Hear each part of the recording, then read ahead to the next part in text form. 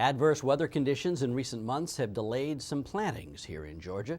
The Monitor's Mark Wildman visited a University of Georgia small grains expert to find out how the corn and wheat crops are looking around our state. In Georgia, it is hard to complain about the rain, but heavy rains have delayed producers planting some of their corn and wheat crops. UGA small grains expert Dewey Lee looks over some of his test plots of wheat in Tifton. What the rainy, cloudy, wet conditions have done for us is to delay the growth of our crop a little bit.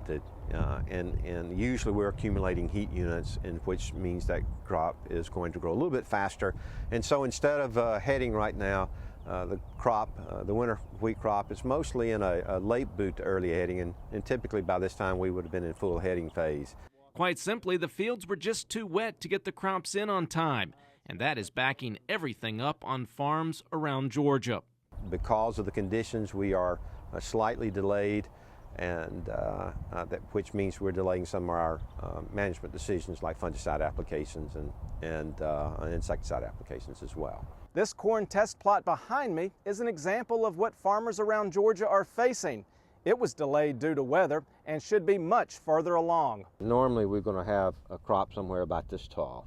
So in this case, we're a little bit behind what we normally have been because soil temperatures have been 5 to 10 degrees cooler than normal, which delays the emergence and stresses that crop. But this past week, a lot of corn's been planted and is emerging, and I would expect this crop, anything that's been planted in the last week or two, to catch up pretty fast.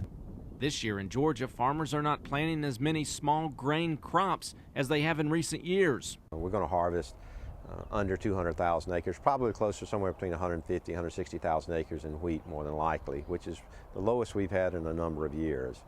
And then in our corn crop, I suspect we'll certainly have less acres planted this year than last year. Pricing environment for peanuts and cotton is better than it has been in corn, and so I see some shifting away from corn and some of these other crops. The reduction in acres is not an entirely bad thing for Georgia producers. We have a very diversified ag industry, and farmers have many options, so they can control their risk to a certain extent. But they still can't control the weather, and that is the wild card every growing season.